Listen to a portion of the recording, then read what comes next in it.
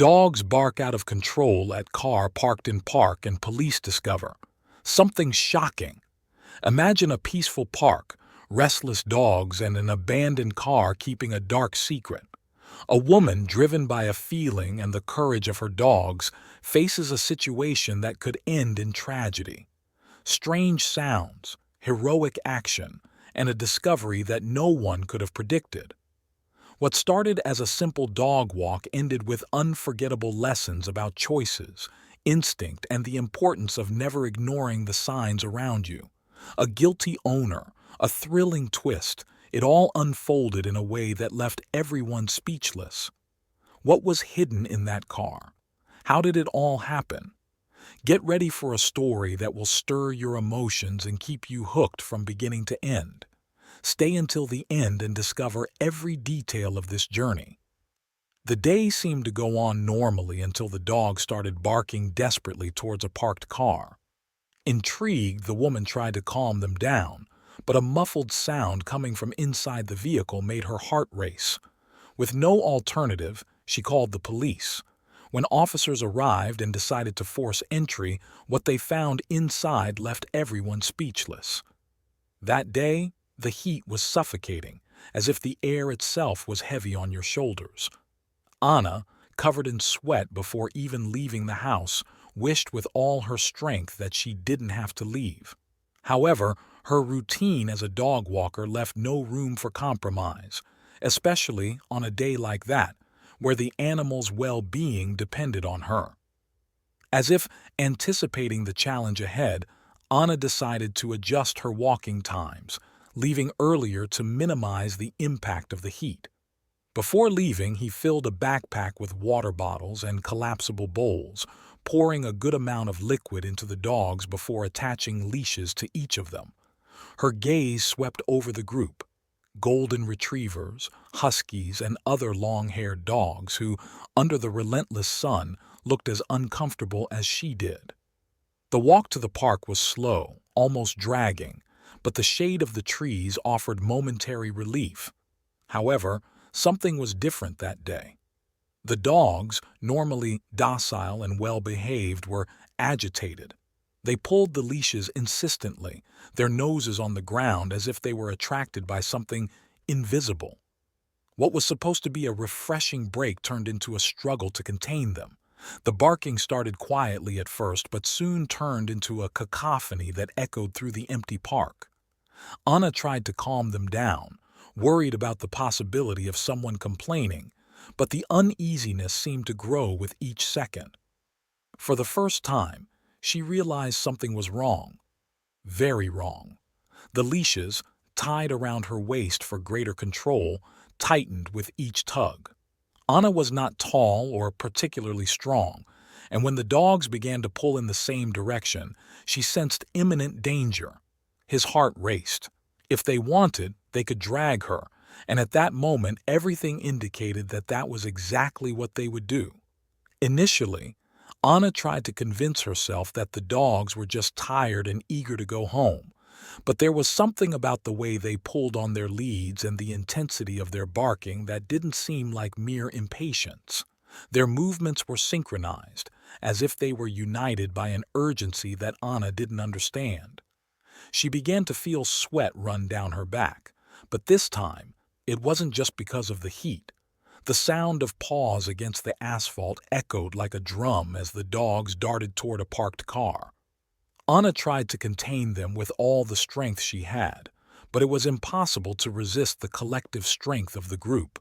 They surrounded the car like a predatory pack, sniffing frantically and barking with an almost savage intensity. "Hey, stop it!" Anna shouted, pulling the leashes desperately. The dogs, however, were determined. His heart skipped a beat when one of the biggest ones, a husky with light eyes, raised his paw and started scratching the bodywork. The sound of scratching resounded loudly in the oppressive silence of the empty park. Anna looked around, distressed, fearing that someone would appear and accuse her of vandalism. "Please, guys, let's get out of here," he murmured, almost pleadingly. Her voice was low, shaky, but no one seemed to hear her. Neither the dogs nor his own conscience, which was beginning to scream that something was terribly wrong. The heat intensified the smell of hot metal and rubber around the car, and Anna felt her head spin. I needed to get the dogs out of there before I passed out. Moving automatically, he took out a bag of snacks from his backpack. "Here, look what I have," she said, trying to sound excited, although her nervousness was evident. Miraculously, the dogs calmed down. They sat in a semicircle around her, panting but attentive. It was at that moment that Anna heard the sound. It was muffled, coming from inside the car. She froze. His ears still rang after the chorus of barks, but that noise was impossible to ignore. It sounded like a weak, irregular, almost human moan. But, at the same time, it wasn't. Anna looked at the dogs. They were now staring at the car in complete silence, as if waiting for something. The air around seemed heavier, denser. She tried to push away the irrational thoughts that arose, but the sound returned, louder, more urgent. His heart raced again. Every instinct screamed at her to move away, but her feet were glued to the floor. There was something inside that car, and whatever it was, he needed help. Determined to protect the dogs, Anna took them to the shade of a nearby tree. His hands shook as he tied the leashes, the knots tied with haste and desperation. The heat remained relentless, turning the air into suffocating waves. The silence around the car seemed to grow, almost unearthly. For a moment, Anna almost wished the dogs would bark again, just to fill the oppressive void that made her thoughts spin out of control. What if it was something dangerous? Scary stories flashed through his mind. Rumors of cars used for crimes, animal trafficking, or even scenarios of pure desperation with someone locked up and left to die. Anna knew she needed to make a decision. Whatever was in there, it couldn't wait much longer. The idea that she was about to open the door to something dark made Anna hesitate. Her fingers tightened on the straps of her backpack, as if that could protect her. The muffled sound returned, low but sharp, like a strangled moan.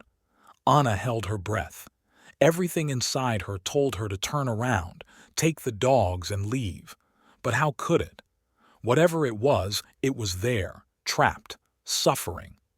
With cautious steps, she approached the car, straining her eyes against the tinted windows, trying to see anything inside. Nothing. Just the distorted reflection of his own face, tense and covered in sweat. The idea of picking up a rock and breaking the glass flashed through his mind like lightning. But what if I was wrong? What if it was a trap? An unjustified invasion? His thoughts were interrupted by another moan, louder, more piercing, which echoed like a cry for help. Anna took a step back, her heart hammering in her chest. His gaze wandered around the empty park, desperate for some form of help. It was then that, as an answer to her silent prayers, she saw the gleam of a police cruiser coming down the road. Without thinking twice, he ran into the middle of the street, his arms waving frantically as he screamed for help. The vehicle braked suddenly, the tires screeching against the asphalt. Two police officers got out of the vehicle with expressions of concern, quickly replaced by apprehension. "Have you lost your mind?" asked one of them, visibly irritated. "Please, I need help," Anna begged, pointing to the car. The urgency in his voice broke the officers' resistance. They exchanged glances before following her to the vehicle. Anna quickly explained what had happened, pointing to the dogs who were still sitting in the shade of the tree. "They went crazy with that car. There's something inside him. I heard sounds, strange sounds." His voice cracked, but the conviction in his eyes was undeniable. The police approached the car cautiously, pressing their ears against the windows. One of them quickly walked away, frowning. "There's something in there," he murmured to his colleague, "and he's alive." The merciless heat turned the car into a death trap. If they didn't act quickly, whatever it was, it wouldn't survive for long. The police called the fire department, but the minutes dragged on, each second feeling like an eternity. The heat of the day was brutal, and the temperature inside the car rose mercilessly. After 10 minutes without any additional distress signals, uncertainty gave way to urgency. Anna watched the police officers in silence, her heavy breathing following the pounding of her heart. "We can't wait any longer," said one of the officers, wiping the sweat from his brow.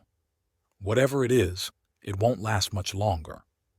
Officers quickly assessed the situation. At first, they considered breaking a window to access the car's interior, but the tinted windows made it impossible to determine the creature's exact location. One wrong move could make things even worse. After a quick exchange of glances, they reached a consensus. The best alternative would be to open the trunk, which seemed to be the source of the muffled sounds. One of the officers grabbed a lever from the vehicle and, with determined steps, approached the vehicle.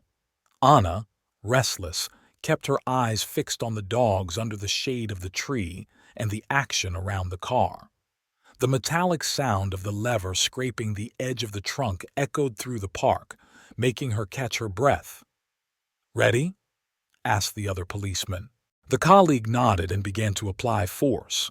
The tension in the air was almost suffocating. Anna watched with her fingers digging into the straps of her backpack as a sharp crack broke the silence, followed by the shrill sound of the car alarm. She jumped, and the dogs, even in the distance, began to bark frantically. The police did not hesitate. With one agile movement, they opened the trunk, revealing the stuffy, dark interior. The back seat was down and an animal transport box rested on it. "That's it," muttered Anna, taking a step forward, her heart racing.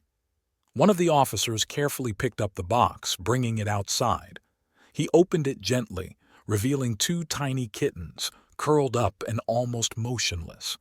Anna covered her mouth with her hands, her eyes wide.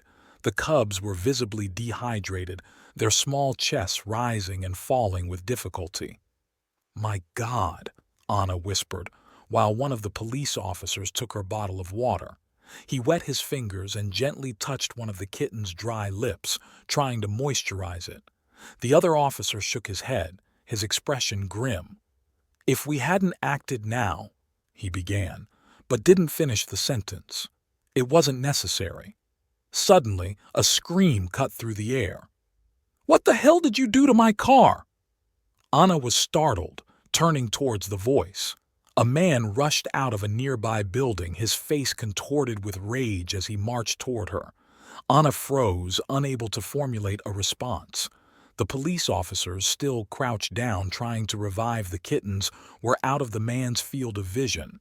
For him, Anna was the only one responsible for the mess. "Are you crazy? Who gave you the right to touch my car?" he barked, each step carrying an aggressive energy that made Anna's dogs growl in unison.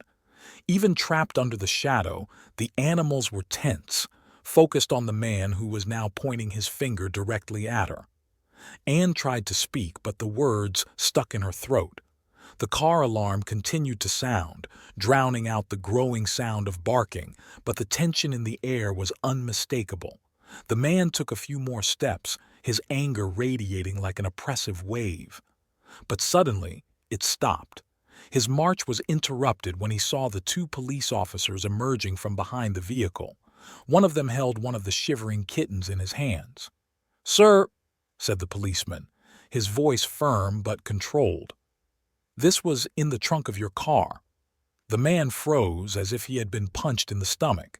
His gaze fell on the little kitten that was trembling in the policeman's hands, and all the fury seemed to drain from his face. He stumbled backwards, stumbling until he sat on the curb. The cats," he murmured, his voice trembling. "Are they okay?" For a moment the man seemed like a completely different person. The angry tone and threatening stance were gone, replaced by an expression of utter desolation. He passed his hand over his face, as if trying to understand the situation. The police approached, briefly explaining what had happened. From afar, Anna watched, holding the still restless dogs. She didn't know whether to feel relief or worry. I, I didn't know. The man's voice was almost inaudible. He looked at the police officers and then at Anna. I thought you were destroying my car for nothing, but you saved them. His eyes returned to the small kitten in the officer's arms, his expression alternating between guilt and gratitude. Thank you, he murmured, his voice breaking. That morning, Mauro had made the biggest mistake of his life. Her cat, who recently gave birth, had 2 kittens ready for adoption. Intending to take them to the vet for one last checkup before giving them to new homes, he carefully packed them into a carrier and placed it in the trunk of his car. But Mauro's routine, like so many times before, was abruptly interrupted. Halfway through, the phone rang. An important client was facing a crisis, and his boss demanded his immediate presence in the office. The urgency in the tone of the call made Mauro make a quick and impulsive decision. Without thinking twice, he took a detour to work. It's only for an hour, he told himself, ignoring the growing heat of the day and the reality of leaving the kittens in the car. Absorbed by the pressure of work, Mauro did not realize the gravity of his choice. His mind was so focused on the crisis that the presence of the puppies completely disappeared from his consciousness. During the journey, the kittens remained silent, perhaps put to sleep by the movement of the car. Nothing gave them away. Upon arriving at the office, Mauro locked the car and threw himself into work with intensity. Meetings, phone calls, and urgent decisions completely consumed him.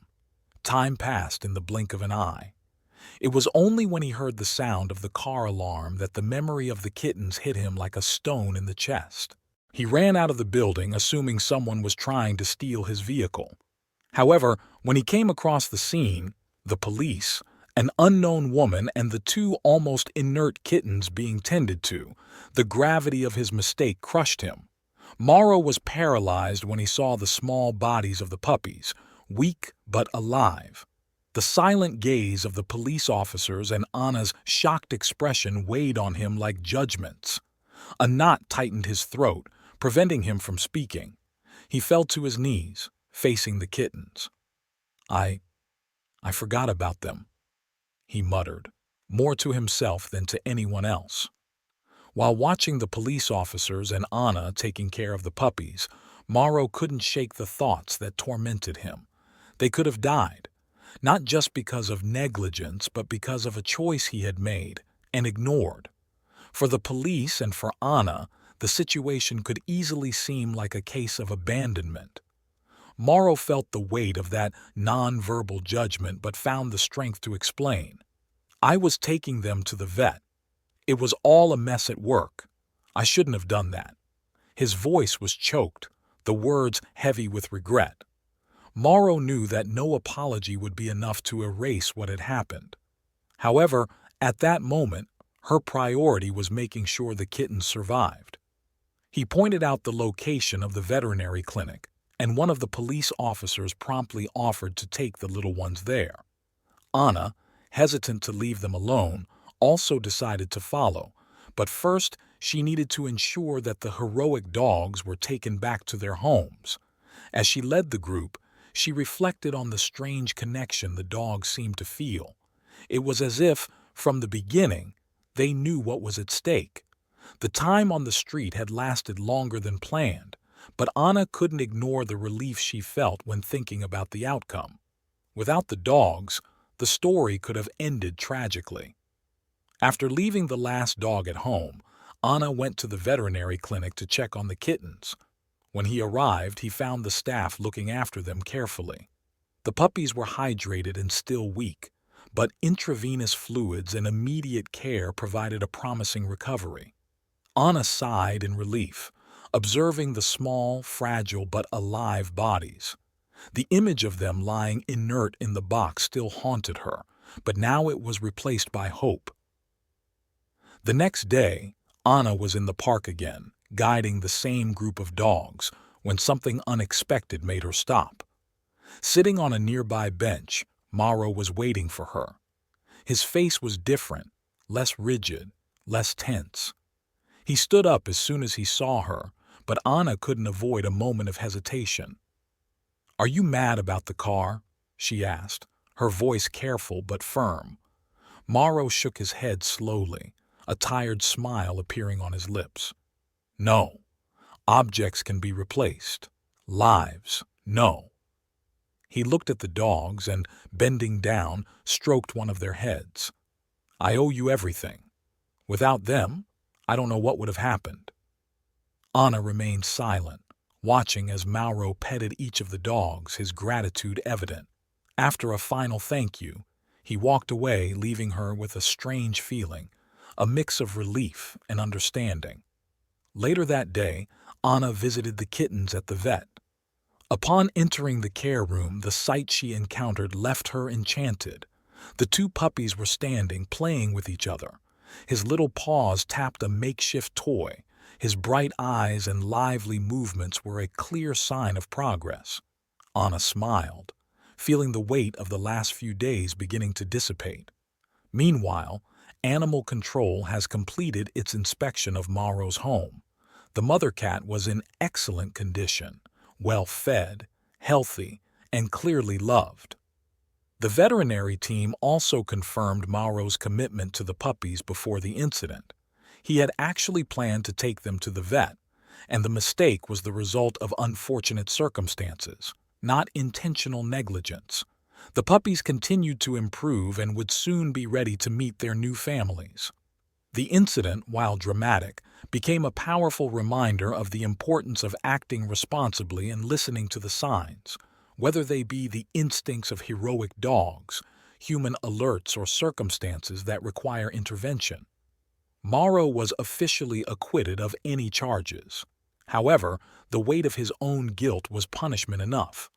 The puppies' lives, now safe, became a symbol of hope, responsibility, and the power of empathy in crucial moments. If this story touched you in any way, be sure to support this channel. Subscribe now, activate the bell to receive notifications, and leave your like on this video. Share with your friends and family. These conversations are important and need to reach as many people as possible. And don't stop here. Click on the suggested video on the final screen to continue exploring relevant topics like this. Together, we can make a difference and build a more humane and supportive world. Until the next video,